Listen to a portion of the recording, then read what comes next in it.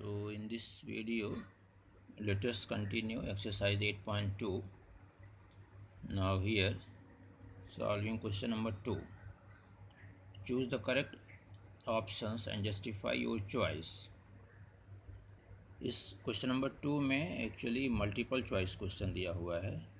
Here 4 questions are given. 4 multiple choice questions are given. तो इसमें हमको करेक्ट ऑप्शन पता करना है और जस्टिफाई मीन्स उसको सिंप्लीफाई करके ही दिखा देना है. जैसे इसमें से एक दो पार्ट हम लोग देख लेते हैं. Question number first part, 2 tan 30 divided by 1 + tan square 30. अब इसका वैल्यू इसमें से कौन सा सही होगा, तो इसको हम लोग देख के नहीं बता सकते, तो सिंप्लीफाई करना पड़ेगा. दैट इज इसको जस्टिफाई ही करना है हमको बाई सिंप्लीफाई दिस. ओके, तो इसमें हमको वैल्यू की ज़रूरत पड़ेगी, tan 30 की ज़रूरत पड़ेगी. तो with the help of table we can solve it by putting the value of tan 30 degree just like this. Here 2 tan 30 by 1 + tan square 30 और tan 30 का वैल्यू होता है 1/√3. 2 × 1/√3 डिवाइडेड बाई 1 + 1/√3 का स्क्वायर. यहाँ पे tan स्क्वायर 30, tan 30 का value और उसका स्क्वायर. ठीक है, tan स्क्वायर 30, तो tan 30 का वैल्यू हो जाता है 1/√3 और उसका स्क्वायर, ये स्क्वायर है तो यहाँ भी स्क्वायर हो गया. और इसको सॉल्व करेंगे तो 2 × 1 = 2, 2/√3 डिवाइडेड बाई 1 + 1/√3 का स्क्वायर. तो 1/√3 का स्क्वायर करेंगे तो √3 का क्या हो जाएगा 3. 1 + 1/3 और इसमें 3 LCM ले लेंगे तो 3 × 1 = 3 + 1 दैट इज़ 4/3. और अब इसको सॉल्व कर देना है तो 2/√3 × 3/4, ये 4/3 को जब इंटू करेंगे तो रेसिप्रोकल हो जाएगा 3/4. ये ना नंबर यहाँ पे इंटरचेंज पलट गया, ये नंबर 3/4/3 का रेसिप्रोकल 3/4 और 2 से 2 कट जाएगा, √3 से √3 कटेगा तो बचेगा √3/2 और √3/2 किसका वैल्यू होता है sin 60 डिग्री का. इसमें से हमको sin 60 degree that is first option ही सही होगा. Okay, so here hence correct option is A. पहला वाला ही ऑप्शन उसमें सही है, ए ऑप्शन. तो इस तरह से इसको सिंप्लीफाई करके इसी को हम लोग जस्टिफाई कहेंगे. जस्टिफाई हो गया answer. Okay, suppose let us take one more part that is third, sin 2a = 2 sin a is true when a = तो इसमें ये इक्वेशन दिया हुआ है sin 2a = 2 sin a. तो ये बोला कि ये a के किस वैल्यू के लिए, यहाँ पे a का वैल्यू, एंगल का वैल्यू दिया हुआ है, 4 ऑप्शन दिया हुआ है और पूछ रहा है कि किस एंगल के लिए ये इक्वेशन सही होगा. मतलब LHS और RHS का वैल्यू यहाँ पे इक्वल होना चाहिए for which value of a. तो इसमें से हमको क्या करना पड़ेगा, ट्रायल करना पड़ेगा. इसमें से ट्राई करेंगे कि कौन सा सही होगा, क्योंकि अभी देख के नहीं कह सकते इसको. सो हियर हम लोग फर्स्ट से स्टार्ट करेंगे 0 डिग्री से. अगर यही सही हो जाएगा तो पहले ऑप्शन हो जाएगा, नहीं होगा तो फिर दूसरे को चेक करेंगे, तीसरे को करेंगे, इस तरह से एंड सो ऑन. तो नाउ सी हियर इक्वेशन दिया हुआ है sin 2a = 2 sin a. अब इसमें क्या करेंगे हम लोग, LHS पहले ले लेते हैं. a का वैल्यू क्या चूज़ करते हैं, a = 0, पहला वाला ऑप्शन. एंगल a का वैल्यू अगर 0 डिग्री है तो इसको LHS में पुट करेंगे. Left hand side = sin 2a और sin 2a, a का वैल्यू क्या रख दिया यहाँ पे 0 डिग्री, तो 2 × 0 दैट इज़ 0 डिग्री. ये क्या हो गया sin 0 डिग्री और sin 0 डिग्री का वैल्यू टेबल से आप देखेंगे तो 0 होता है. इसी तरह से RHS में भी रख देंगे. RHS में दिया है 2 sin a, 2 × sin a, a का वैल्यू क्या रख रहे हैं हम यहाँ पे 0, पहला ऑप्शन लेके चल रहे हैं, a = 0. तो ये क्या हो गया 2 × sin 0, sin 0 का वैल्यू 0 होता है, हम लोग पहले देख लिए हैं. तो 2 × 0 दैट इज़ 0. तो देखिए यहाँ पे अगर a का वैल्यू हम लोग 0 लेते हैं तो LHS और RHS दोनों का वैल्यू क्या मिल गया हमको 0, मतलब इक्वल आ गया. इट मीन्स कि दिस ऑप्शन इज करेक्ट।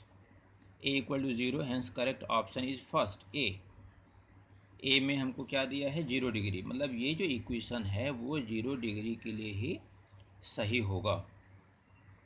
तो दिस इज द जस्टिफिकेशन, इसी को हम लोग जस्टिफिकेशन कहते हैं, उसको सॉल्व करके ही दिखा देना है आपको।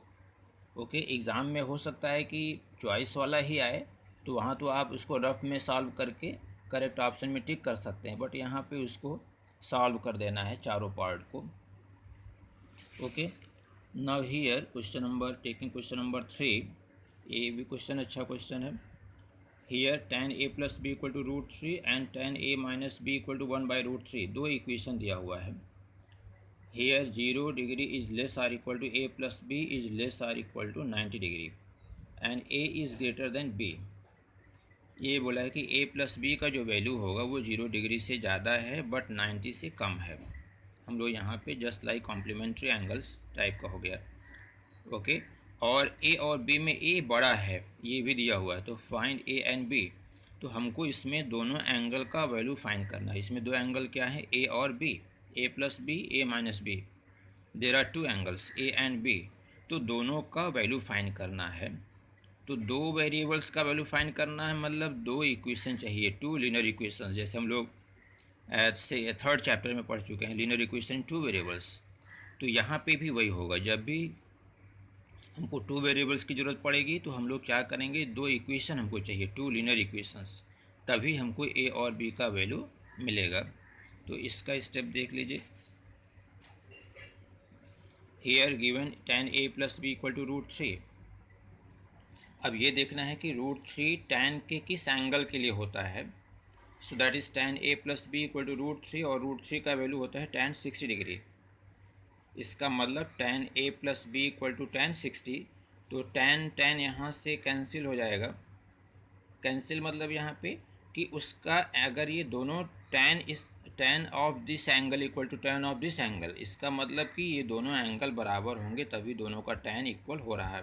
That is a plus B equal to 60 degree.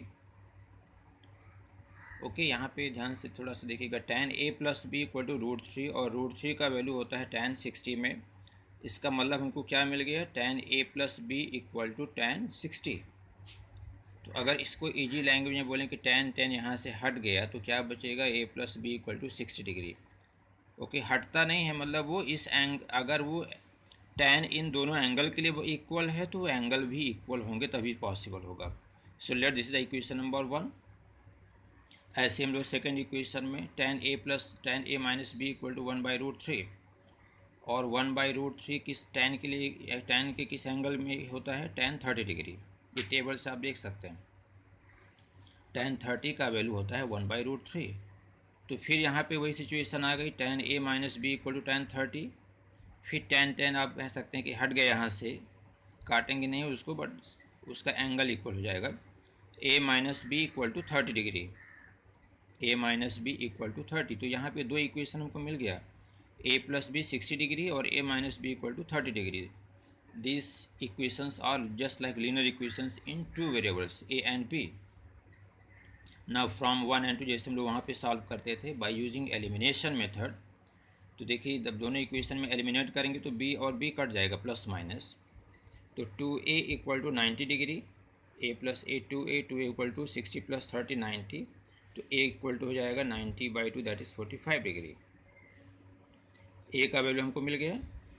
अब ये a का वैल्यू किसी इक्वेशन में पुट कर देंगे, in equation number 1 suppose substituting. तो जब यहाँ रखेंगे a इक्वल टू 45 डिग्री, तो 45 प्लस b इक्वल टू 60, तो b इक्वल टू आ जाएगा 60 degree minus 45 degree that is 15 degree. ठीक है, तो यहाँ पे तो लीनियर इक्वेशन टू वेरिएबल में जैसे हम लोग सॉल्व करते थे ना, वही प्रोसेस है। तो हमको यहाँ पे a का वैल्यू मिल गया 45 डिग्री एंड b का वैल्यू हो गया 15 डिग्री। तो देखिए यहाँ पे a ग्रेटर देन b है ना, क्वेश्चन में यही बोला था कि here a is greater than b है। इसको सॉल्व करने से a का जो वैल्यू होगा वो b से ग्रेटर ही होगा, और दोनों का सम 90 से कम ही होगा। ज़्यादा से ज़्यादा इक्वल हो सकता है, बट यहाँ पे लेस ही है। a का वैल्यू 45 और b 15, तो इसको सॉल्व करेंगे तो 60 ही हुआ। ओके, तो इस तरह से इस इक्वेशन को, ये भी क्वेश्चन अच्छा है, थर्ड क्वेश्चन भी अच्छा क्वेश्चन है। इसको देख के आप सॉल्व एग्जाम्पल 8 इसके लिए ट्राई करेंगे। Okay, so now you have to complete exercise 8.2।